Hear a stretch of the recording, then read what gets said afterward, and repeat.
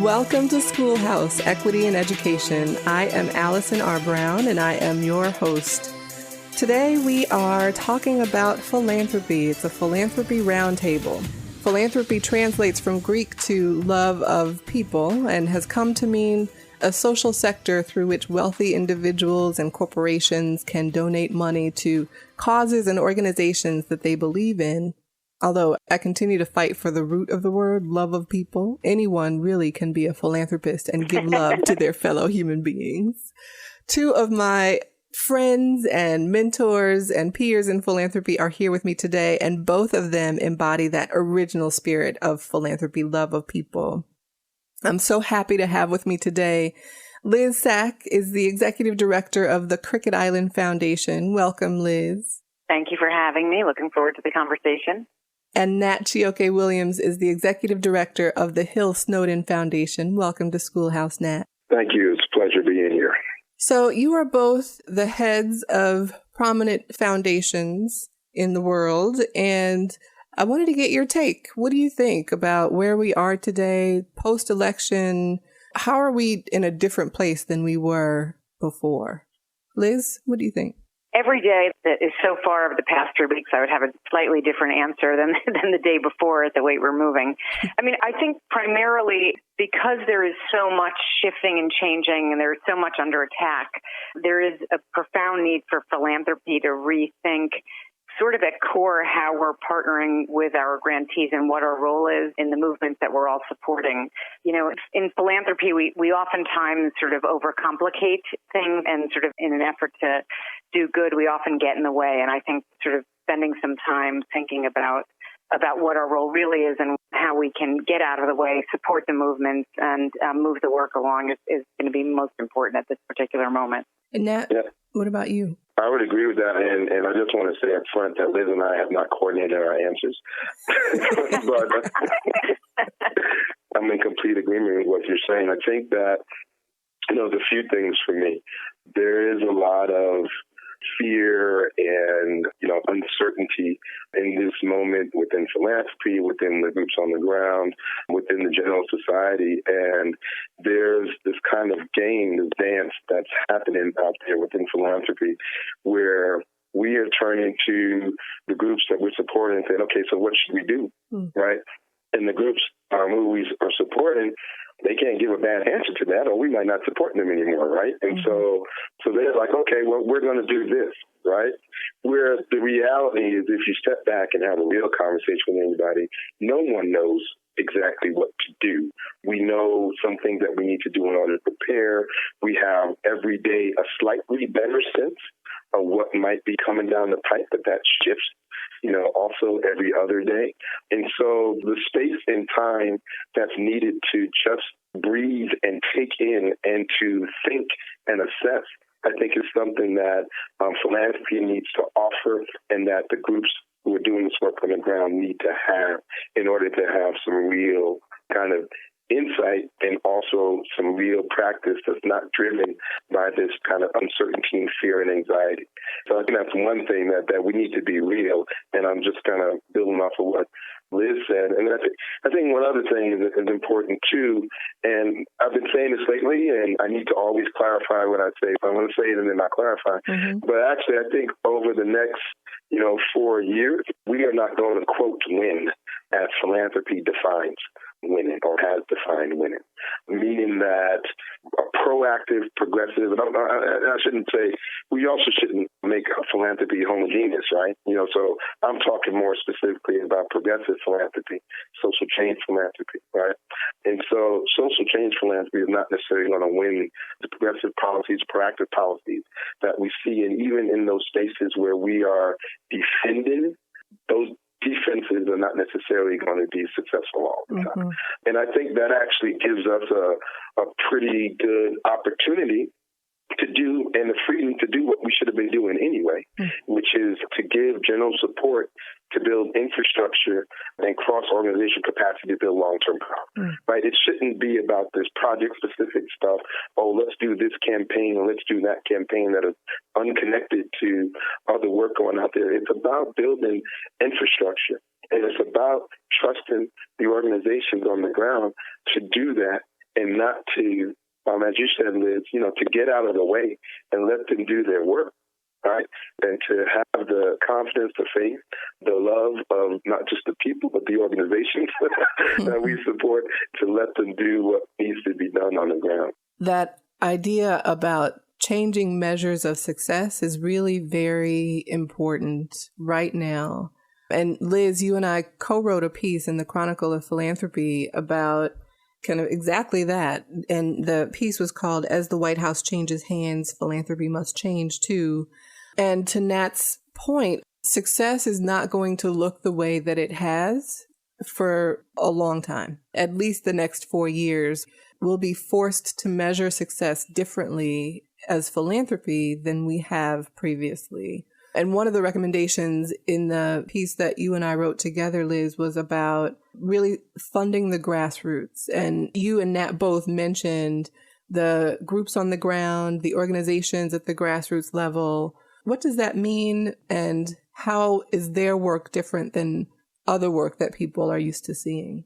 We at the Hill-Snowdon Foundation, we support grassroots community organizing groups. So for us, that means, for the most part, organizations that have budgets of $1 million or less that are based in local communities that may work on the local, city, or statewide level, sometimes national, but that build bases within the community, that they reach out and build people power. That's their main leverage that they have.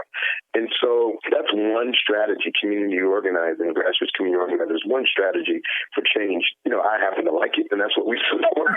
But, there's a full spectrum of different parts of the ecosystem and the infrastructure for building social institution political power that's needed, including advocacy and legal work and research. So all those things are important. But going back to your earlier point about the love of people and that part of philanthropy, I think there may be a love of people, but there may not necessarily be much trust in people, particularly from aspects of liberal philanthropy, right? And so therefore the tendency has been to focus on advocacy, basically professionals that are representing in some way, shape, or form the people who are most affected on the ground, right? And so there's this disconnect often in us trying to, in philanthropy, impact the lives of people on the ground that's disconnected from those actual lives, right? And so grassroots organizing, grassroots work, which can also be frontline service work in some degree, as long as it's tied to systems reform, is an essential part of all that. I think it needs to be centralized more within the complex of the different parts of the infrastructure for social change. Liz, what does it mean to you and Cricket Island Foundation to fund groups on the ground? I think Nat and I will be doing this a lot, which is to say everything that Nat said, I agree with. And I think, I would add in, it's also, sort of paying attention to who's leading the organizations and making sure that they're led by the people and employing people that they're engaging. As Nat mentioned, a lot of times it's, people that are working for, not with. I think also in philanthropy, Nat mentioned infrastructure, and I think one of the failures that we've had sort of on progressive philanthropy is we haven't invested enough in leadership and in infrastructure support. And so a lot of these grassroots organizations, the smaller organizations, don't have the capacity to do, the kind of reporting or budget stuff and so on and so forth that traditional foundations are looking for. And so how do we move from enabling them and saying, look, whatever you give us is fine, to saying, whatever you give us is fine, let's talk about how you can talk to other folks. And I think we need to pivot to helping the organizations become stronger, become able to communicate more broadly, all the while sort of reducing as many of the burdens as we can on them. But you asked sort of what makes them different. And I think, I remember in 2008 when there was, obviously less money was leaving philanthropy to support some of these organizations. And somebody said to me, some of these folks, these grassroots organizations, they're going to move on with or without money. I mean, their work, it's not about that, right? It transcends being an organization. It's about about a movement. And so, but I think at this moment, they need the money to sort of have the voice and the leverage that they need. And I think, the other way that they may look different than some of the traditional organizations is that they are, again, sort of engaging and being led by the folks in their community. Yeah. And their path to power has a very sort of local, state, and national approach. One thing that makes me think of, Liz, is that the groups on the ground, quote unquote, are not necessarily 501c3 nonprofit organizations that are registered with the federal government. And in this climate, we're sitting here now, some days after what has been a spike in immigration enforcement, where the federal government is certainly indicating its willingness to crack down on the folks who are on their radar, as carrying some kind of label of illegal or undocumented or not supposed to be where they are. And so I don't imagine that the groups that you all are talking about will be more likely to register for their 501c3 nonprofit status with the federal government, and potentially will be much less likely to do so. I think that that's an uncomfortable factor for major philanthropy. And so, it's something that we have to think about. And I also think a big question for philanthropy right now is about accountability and how we can be comfortable, because philanthropy is its own sector. It doesn't have the same kind of rules and guidance and structure of accountability that other sectors do. And so it really is incumbent, I think, on our grantees to hold us accountable to them and their interests. And I think there's probably a great resistance in philanthropy for that. But, have you seen accountability structures in philanthropy that allow for the grantees to provide feedback to the organization and to really hold them accountable for their mission? I think there are different philanthropies, probably, or philanthropic institutions, probably Hill-Snowdon included, that talk about and emphasize the role of being in partnership with the groups that we support, like we call them grassroots partners, not grantees. We spend a lot of time trying to cultivate relationships and all those things. And it is important because we recognize the power imbalance and dynamic that happens between, quote, grantees and grantors, right? But, in reality, even though it's important for the particular relationship, it's a shell game overall. I mean, because fundamentally, you're not going to have a grantee, someone who is seeking, support, say, well, you need to do this better. That doesn't happen, right? Yeah. It doesn't happen for good reason. So I mean, I think we need to be kind of real on what the dynamics are, and that the accountability that is there has to be levied from within, right? It has to be philanthropists, holding other philanthropy accountable. And there may be some, government intervention in there. And so, for instance, years ago, there was a bill in California that was trying to, regulate philanthropy recording racial data on their grants, right? So that there could be some level of measurement of tracking how many resources are actually going to communities of color. Philanthropy almost writ large fully rejected that, right? They fought against it. They lawyered up, right? And tried to fight back against that. And so there is some level of kind of other intervention I think is necessary when people don't do what they really should be doing on their own. But I do think that, again, now we're in a different kind of environment, right? If people fundamentally believe that what we are experiencing now is a kind of untold threat to the way that we see the world should be operating, to everything that we hold dear, then to me that means we need to fund like our own lives, our own families' lives dependent on it, and not just some folks over there that we happen to be interested in, right?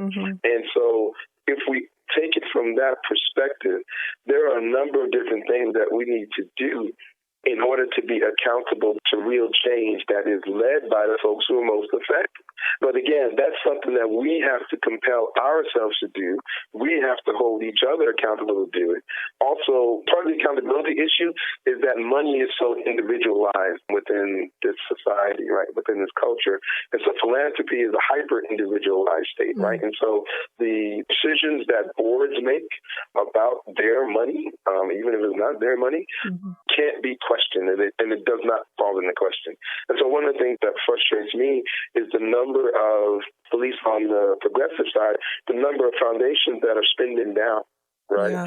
And there are probably good reasons for that, but it's done within a broader sector. But it's an individual act that is impacting that sector overall, right? Yeah. But no one can say, hey, why'd you do that? Or don't maybe do we should talk about that before you, you do that. But so again, that's part of the way that I think we're going to have to start, reaching out, being accountable to one another in ways that this moment allows us and gives us the freedom to start experimenting with new ways of being. Liz, what say you? What he said. And I guess, and I really appreciate that sort of, lifting the veil on this, like the idea that there's going to be accountability coming from our grantee partners to us is necessarily going to be, 100% transparent and honest and all those things, because there is a power dynamic there.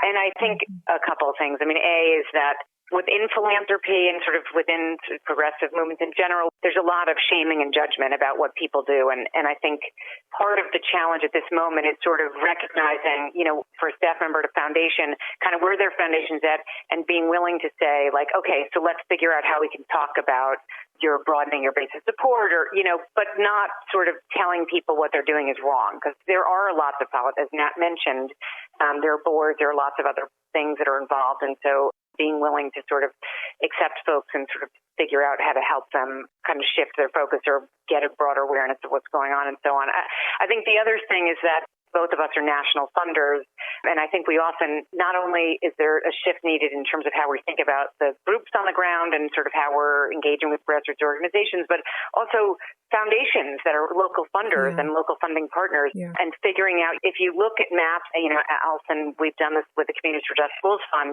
about where there is work happening and where there isn't, or at least work that we can see, there are huge gaps. And so I think, we need to also be willing to sort of push each other around, not just going to what we know, but going to places that, we know there are folks that are doing the work, that are not getting money, that are doing non-traditional sources, and figuring out how to partner with local funders there and to work through some of the local politics to get money to the groups that are doing, really critical work in areas that are disconnected from some of these, more progressive movements and conversations, right? And I think, as Allison, you and I've talked a lot about, I'm a big advocate of funder collaborators at this particular moment. I think they provide a great space for folks to hold each other accountable in ways that move beyond institutions, right? Because everybody's sort of putting in funding together, and so you're able to be more nimble and more creative and more entrepreneurial in terms of the kind of funding that you're doing. I think they're great spaces, and I think you're also able to get money, into areas that maybe traditional national funders can't get into because the work isn't, quote unquote, a lot of funders use words ready, right? I don't know what that means. But so I think there's lots of different levels of accountability, but I think part of it is, I was at a meeting this morning with the Lawyers Alliance in New York that Maria Matola, who Nat knows well, put together with the New York Foundation, and a lot of the meeting was about sort of what are the legal limits to how we are doing our work. And a lot of the conversation was holding ourselves accountable for saying, like, this isn't really about us. Like, okay, how are we, continuing to do the work we want to do and keeping our grantees at the center? And so I think there are spaces like that that are important at this particular moment for creating a sense of accountability within philanthropy, that there are new tables that are emerging. I think there are tables that already exist that are moving in those directions. I think Communities for Just Schools Fund has done that. Funders Collaborative for Youth Organizing has done that. I think there are local tables that are popping up. So I think that, some of it is recognizing the limits to traditional accountability that are possible within philanthropy just by nature of what it is. But again, I agree 100% with what Nat was saying, that we need to be willing to push ourselves in those spaces and to being uncomfortable and to figuring some of this out. Yeah. Right. So let me just, if I could just say a couple more words on this, just really quickly. So whereas, our, quote, grantees may not be able to compel us, effectively, in some cases they may be, but we need to basically do that for ourselves. I do think that looking at over the next 4 years, we can hold ourselves accountable to doing things differently. And I don't mean funding, like choosing different issues or choosing different strategies per se. I actually mean doing things differently. There's some real simple things that we need to do. We need to give more money, right? I mean, that's if we're at the same payout level 4 years from now as we are today, then we have not done what we needed to do, and so we should be held accountable for that, right? We need to be given more general support in order to allow groups to respond to the new contours that are out there that sometimes it's really hard to predict, and we can't condense into a project-specific, proposal all the time. We need the flexibility. If we are not doing more general support, given 4 years from now as we did today, we are not doing what we need to do, and we should be held accountable for that. I think that there needs to be broader cross-institutional, at least strategic thinking at the trustee level. Right. And so from the collaboratives are great, but that's already a designated pot of money that's going somewhere. And then, you could do different things with that. But what I was talking about before is that trustees of foundation need to get together to have strategic conversations about what they're doing. Right. And in that way, influence each other's vision.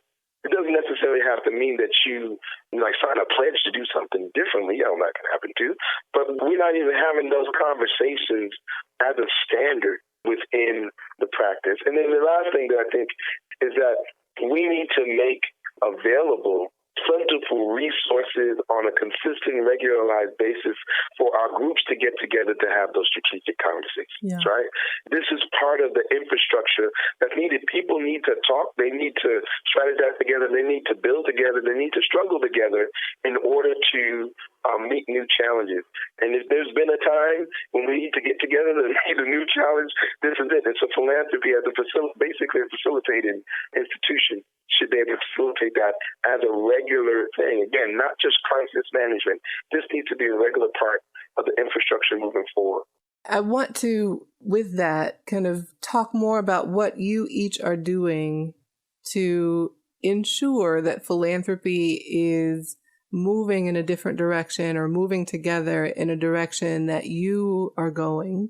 Liz, for example, you mentioned the tables that you are part of, the conversations that you are part of, the groups, the philanthropy groups that are coming together, including donor collaboratives, which is like the Communities for Just Schools Fund, to bring together foundations to pool their resources and get those resources to organizations that really need them quickly, with a shared strategy, shared vision, and a shared mechanism for internal accountability within the sector of philanthropy.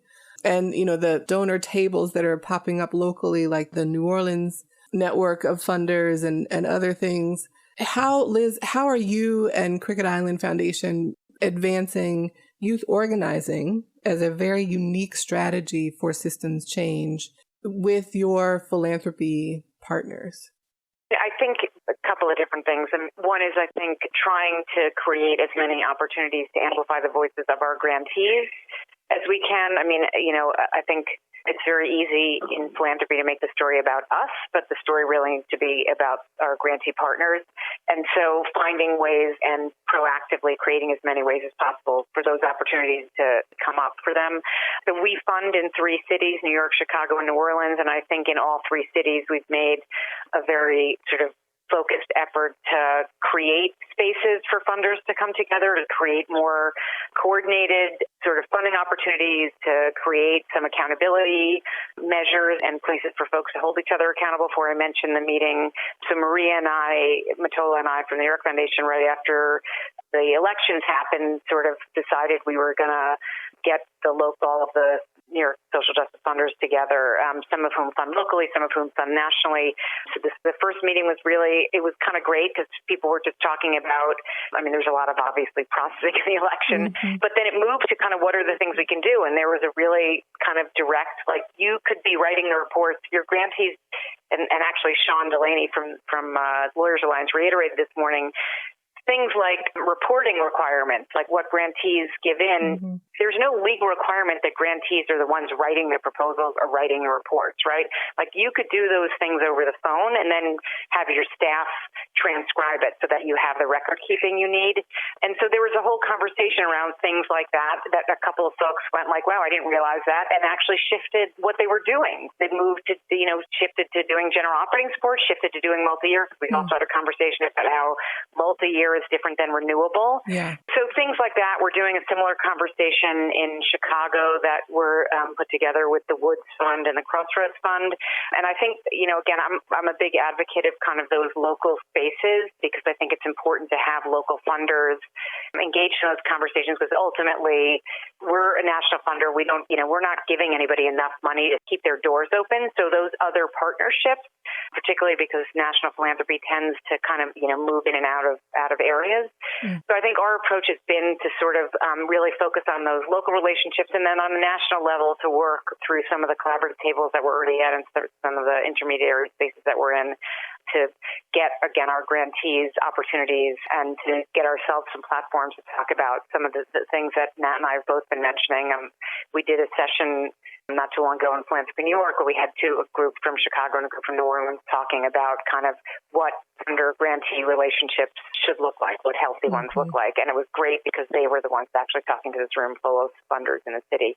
So I think there's a whole range of things I think that we're trying to do. And again, I think broadly our approach is that, we recognize that it would be great if everybody, kind of held the same values that we did and funded in the same ways that we do. But we also recognize that, there are lots of folks have trustees and board members and other things that get in the way of their ability. I'm totally with Nat on it would be great to get trustees involved in these conversations. And I know Philanthropy New York, which is an organization here in New York that I'm on the board of, is actually putting a trustee event together. It's challenging for lots of different funders to get their trustees into those conversations. I think, we will continue to push those things while also continuing to embrace folks who aren't able to go as far as we would like, but are moving in that direction. I think the important thing is that there's movement. And Nat, you have been the leader and creator of what is the Black Social Change Funders Network.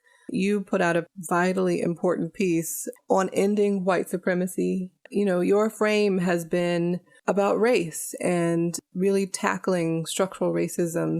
I want you to share with folks how you are thinking about philanthropy and your peers in philanthropy and bringing them along with you as you are working around anti-Black racism and to dismantle the myth of white supremacy. Yeah, a couple weeks ago, I published this piece called On Ending White Supremacy on Medium, and it was my post-election reflection, right? It took me about 2 months to write it.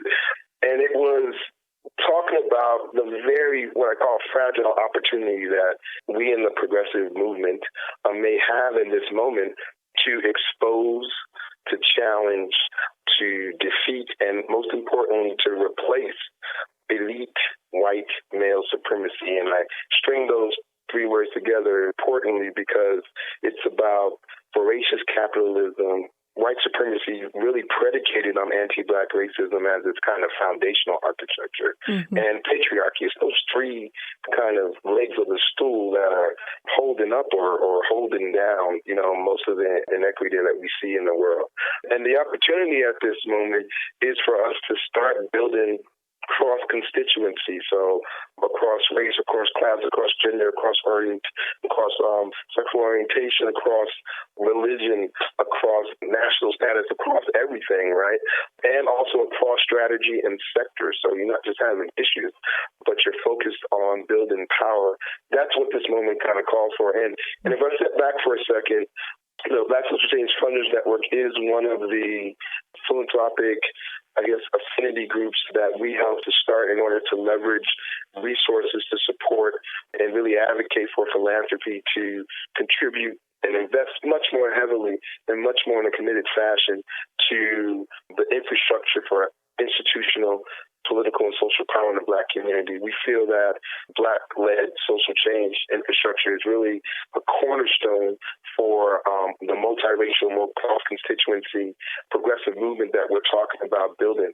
And that if that sector is weak, then everything else is kind of weak by equal measure. Mm-hmm. But our approach has a very kind of tiny foundation, right? We're relatively small, mm-hmm. but we try to lead with our thoughts, at least a little bit of our analysis. And our analysis that there are key parts of the infrastructure that have been neglected over time, which have led us to not be able to fully actualize our potential and our most ambitious goals relative to progressive social justice movement. So, for instance, another group that we helped start is Grantmakers for Southern Progress. Mm-hmm. And the focus there was to try to get National Foundation in particular, but also Southern Foundation, to invest more heavily in social change, social justice work in the South, because they had overlooked it for so many times. And we published a report there called As the South Goes, So Goes the Nation. We could call that now As the South Goes, So Went the Nation, because yes. in part because of the lack of investment in building a progressive infrastructure and actually, taking a risk and chance on the South has really led to where we are today on the national scene, right? And then the other part of that, to me, is that the underinvestment in Black-led social change infrastructure has also helped us to get to where we are today, right? And so we really do want to focus at least on, and there's several other parts of the infrastructure. Those are the two that we have looked at.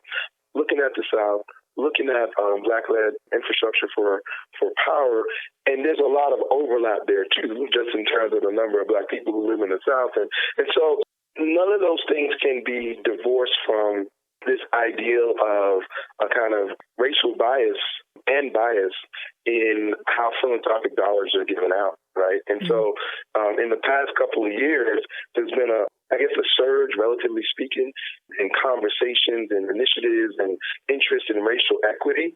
From our perspective, the first thing that philanthropy could do in order to help establish racial equity is to look at its own grant making and see if they actually are funded in an equitable fashion, across races, and particularly as it relates to Black-led organizations. And I would hazard a guess that most foundations on that measure will not, kind of meet the standard.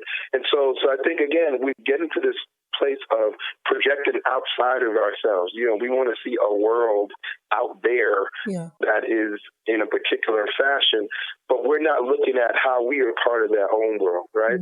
We're not looking at we're part of continuing and propagating that. And so building necessary infrastructure, looking for our blind spots, those places where we have not invested, those places that are really critically important for building the long-term power for creating progressive change in this country.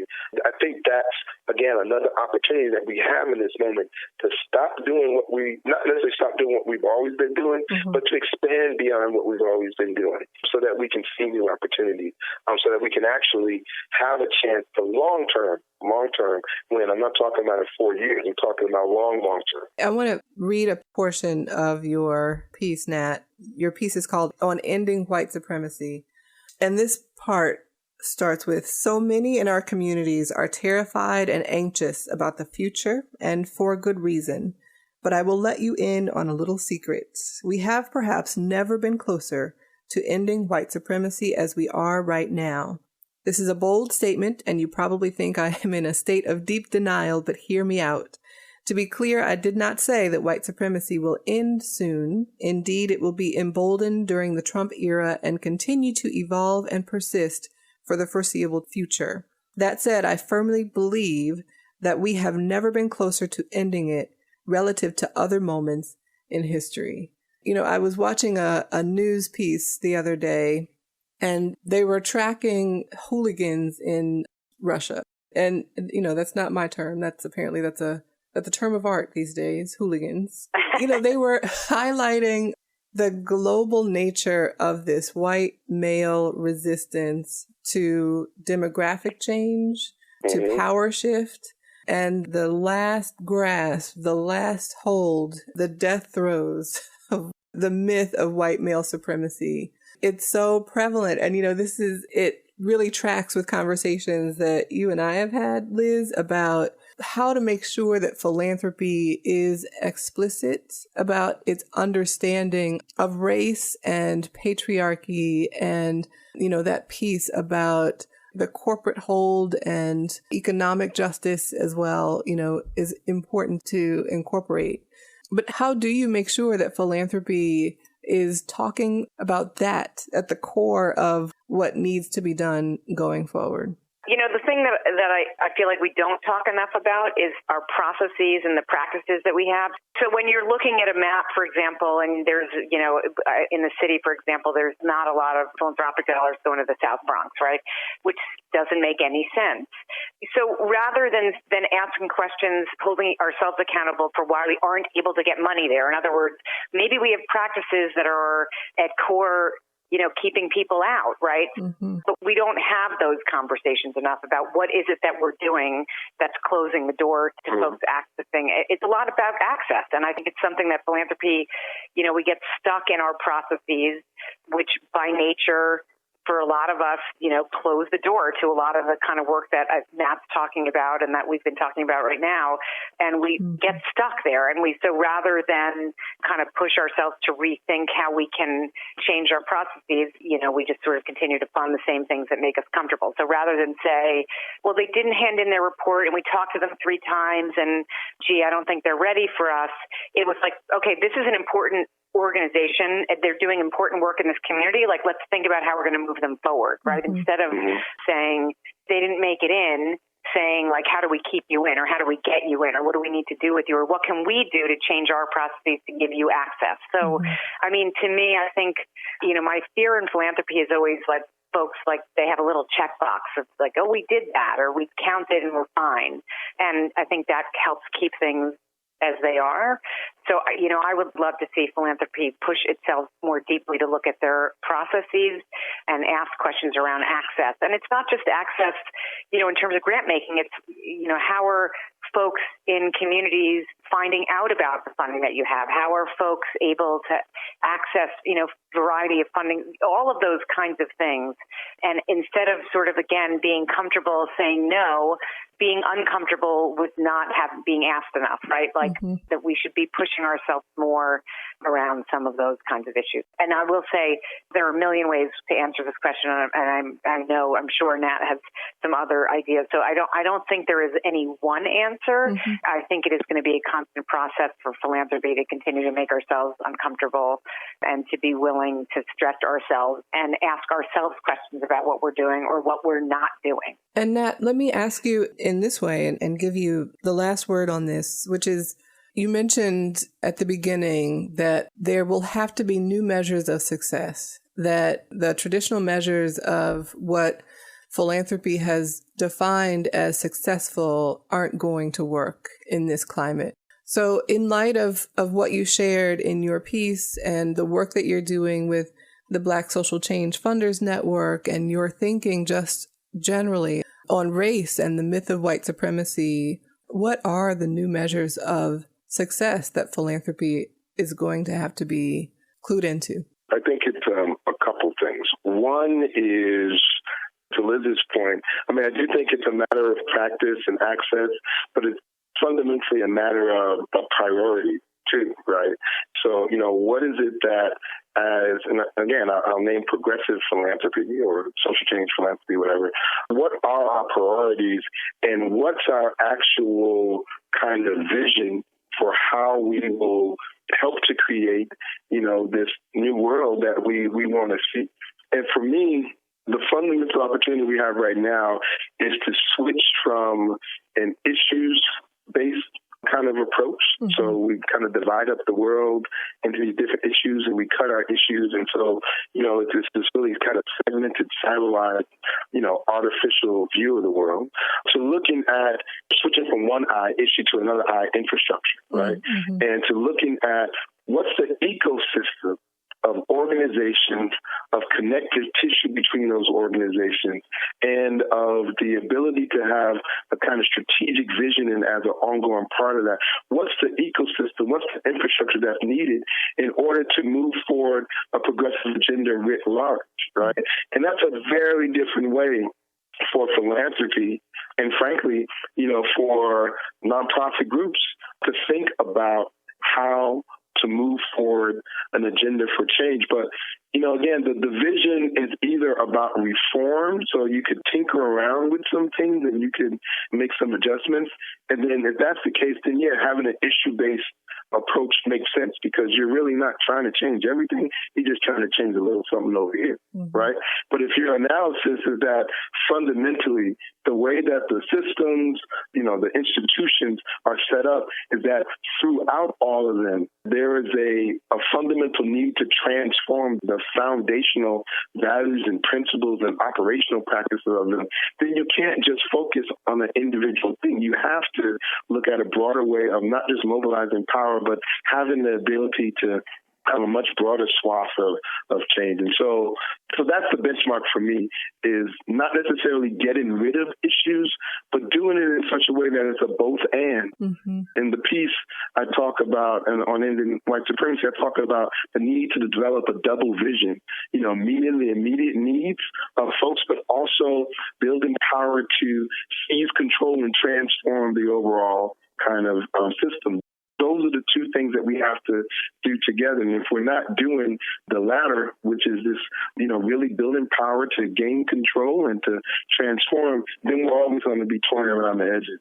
And the last thing I'll say is that, we also, with the Black Social Change Funders Network, last week we released a case statement, the case for funding Black-led social change. And in that, what we really were trying to say is that, again, the infrastructure for Black institutional, political, and social power is a vital component for this ultimate movement for progressive change and transformation in this country. And we need to build that up. And so we're actually making a preliminary shot across the bow to say, over the next 5 years, we want to see a 25% increase from philanthropy. And this is not just progressive philanthropy, this is writ large, for investing in Black-led institutional and political and social power organizations, Black-led and social change organizations, as a way of starting to reconstruct the alliances, the base, the infrastructure, and again, this overall kind of sense of the interconnected tissue that we'll need to build long-term, generationally, over time, so that we can get to a place where we're not having the same conversation, say 50 years from now. I really have admired your work and been so informed in my own work by the both of you. So I'm just appreciative for you and what you do. And I'm thanking you for being guests on SchoolHouse, but mostly just for being who you are and for doing the work that you do. So thank you. Liz, how can people find you and Cricket Island Foundation online if they are so inclined? They can check out our website, which is www.cricketisland.org, or they can just email me, liz@cricketisland.org, and happy to connect with anyone interested in moving everything forward. And Nat, how can people find you and the Hill-Snowdon Foundation if they want to? So our website is www.hill-snowdon.org. You can find some basic information about the foundation there. In terms of the work I was referencing today, the Black Social Change Funders Network, you can go to www.blacksocialchange.org and learn more about that work there. And grant makers for Southern Progress, you can go to www.nfg.org/grant makers for Southern Progress, or just Google grant makers for Southern Progress. And thank you, Allison, for all that you do and all that you have been doing, and we really appreciate your leadership. Ditto, Allison. You've been a shining light, so thank you for putting this together and for everything else you're doing for the field. Well, thank you both again, and thanks to everyone for listening to SchoolHouse. Remember to follow me at Allison R. Brown on Twitter and sign up for the Communities for Just Schools Fund newsletter at CJSFund.org. Have a wonderful week.